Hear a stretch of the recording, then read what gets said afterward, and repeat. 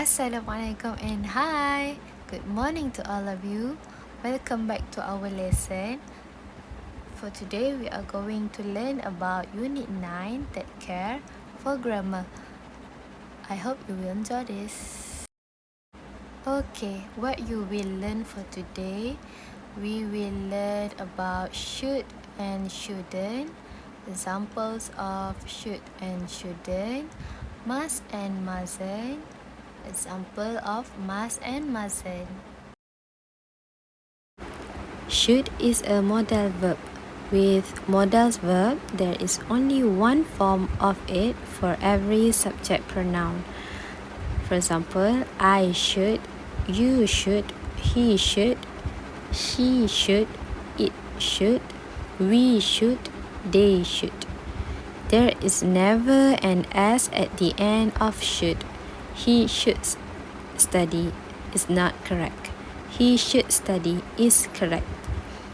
After should, we have the base form of the infinitive, which is verb without to. For example, go instead of to go. So, should, must followed by verb, base form of infinitive, or we can call root verb. For example, you should go now. You should to go now is not correct. You should go now is correct. He should wait, correct. He should wait, not correct. Okay, should and shouldn't. Give advice or make a recommendation or suggestion. Give advice, advice is nasihat. Make a recommendation or suggestion is cadangan. For the sentence structure, subject must followed by should or shouldn't, and verb, basic form, and object. How do we use should in a sentence? 1. Giving advice or suggestion. 2. To talk about what is likely to happen in the present. 3. To predict about what is likely to happen in the future. 4. To give advice when someone did not fulfill their duty in the past or did not act responsibly. 5. To give advice when someone did not fulfill their duty now or did not act sensibly. To give advice, a recommendation, or a suggestion. This is to say that it is the right thing to do or the correct thing. The sentence structure is should followed by root verb and followed by object. For the first example, to advise, your blanket is dirty. You should send it to the laundry bar. Next, to suggest, for example, you should eat more vegetable so that you can lose more weight.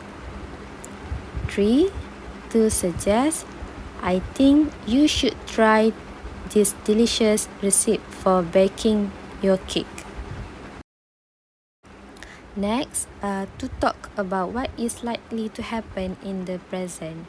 This is a type of expectation. For example, Nana should be at home now. Give her a call. 2. Hafiz should have the letter by now. I sent it a couple of weeks ago. 3. We should be home in time for lunch. Next, to predict about what is likely to happen in the future. This is a type of prediction. For example, 1. She should win the singing competition. She can sing very well. 2. I posted the parcel yesterday, so it should arrive this week. 3. The rain should stop by 4 o'clock. To give advice when someone did not fulfill their duty in the past or did not act responsibly. or something was expected in the past but it didn't happen. For example, we use the sentence structure should followed by have and past participle. For example, 1. You should have given your teacher the report yesterday when she asked for it. 2. Tina should have used the zebra crossing when she crossed the busy road. 3. I should have studied more, but I was too tired. Okay, next, to give advice when someone did not fulfill their duty now or did not act sensibly. This is for not fulfilling an obligation. The sentence structure is should followed by be and verb ing. For example, 1. You should be wearing your seatbelt. The person isn't wearing one right now. 2. We should be studying for the test. We are not studying right now and we should. 3. She should be doing her homework. She is playing with her smartphone. Okay, for the shouldn't, the negative of should is shouldn't or should not. We almost always use the contraction shouldn't in spoken English. We use shouldn't to advise not to do something, usually because it is bad or wrong to do. And how do we use shouldn't in a sentence? For example, you shouldn't throw your sweet wrapper onto the street. You shouldn't talk like that to your mother. We shouldn't leave without saying goodbye. Notice how all of these sentences are about a recommendation or advice not to do something. Alright, we go to this slide. Think and should. We do not use I think and followed shouldn't, but we use I don't think and should. I think you shouldn't go there. It's not correct. This is not correct because we don't have the negative shouldn't after I think. Instead, we make the verb think negative and say, I don't think you should go there. Others example, I don't think he should eat that. Okay guys, let's look at an example for should. 1. Affirmative is for true statement. For example, I should go there. For the negative, I shouldn't go there. For the question, how can we change this to a question? We change the order of the modal verb should with the subject. So the question becomes, should I go there? And last one is short answer. Yes, you should, or no, you shouldn't. Okay, we go for the another modal verb, which is must. With modal verb, there is only one form of it for every subject pronoun. I must, you must, he must, she must, it must, we must, they must. You see, there is no change in the word must. Just like the other modal verb, there is never an S at the end of the must. He must stop. This is not correct. He must stop.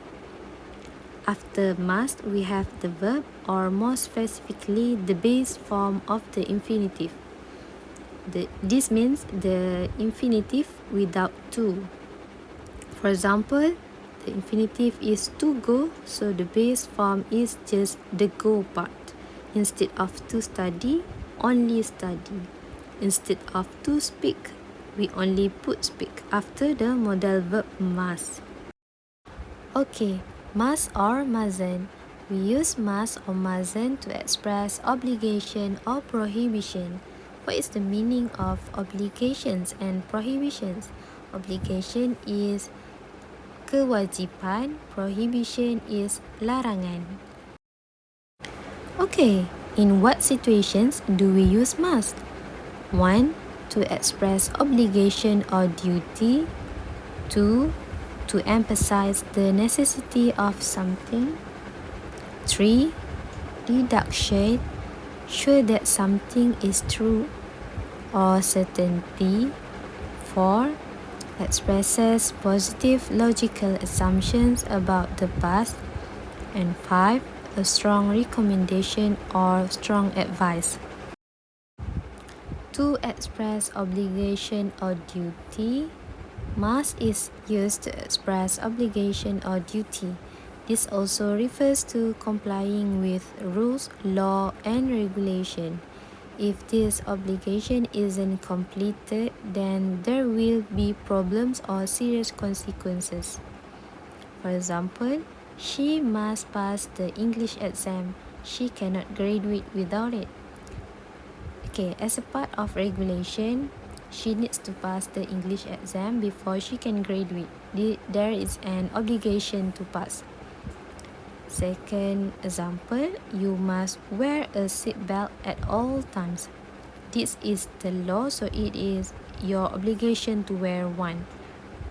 3. You must eat all your vegetables or you won't get any dessert.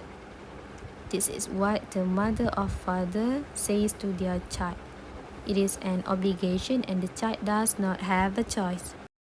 Next, to emphasize the necessity of something, must is used to emphasize the necessity of something, that something is needed or necessary. Keperluan. For example, plants must have light and water to grow. Light and water are needed or are necessary for the plant to grow. 2. The road is very busy. You must look both ways before crossing it. You need to do this unless you want to get run over. 3. You must study before the exam if you want to get a good grade. Yes, study is always needed. Deduction, show that something is true or certainty. Must is used when you are sure or certain that something is true based on evidence. It can be used when we don't know something exactly but we are very certain that it's true. For example, look at all of that snow. It must be really cold outside. 2. Mary must be home. I heard a noise coming from her room. 3. It's 5 in the morning and you still haven't gone to bed. You must be tired. Expresses positive logical assumptions about the past. This sentence structure is must followed by have and past participle. For example, 1. That must have been my mother calling me while I was in the meeting. Nobody else have my private number. That is my logical assumption about what happened in the past. Someone calling me. Second example, he must have won a lottery with the new house and car he has just bought. I can't think of any other way he would suddenly have so much money. So my logical assumption is that he must have won the lottery. Okay, for the last one is a strong recommendation or strong advice. For example, the cupcakes here are delicious. You must try. Okay, the negative of must is mustn't. Mustn't is a contraction or short way of saying must not. Mustn't is a negative obligation. It is important that you do not do something. In a way, mustn't is the same as saying it is prohibited or it is not allowed. For example, 1. You mustn't use your phone while you are driving. 2. Students mustn't talk during the exam. 3. You must not open the gift until your birthday. Okay, let's look at the example for the must. For the affirmative example, they must stop their behavior. For the negative one, you mustn't deal with problem alone. For the questions, must I tell my friends? Short answers, yes, you must. Or no, you mustn't. Okay, this is sheet summary chart. You can pause this video and screenshot it. And this note also, this is my summary chart. You can pause this video and don't forget to screenshot it. Last but not least, I want you guys to answer the quiz in the Google form link I give later. And for the homework, answer all the exercises in your passbook.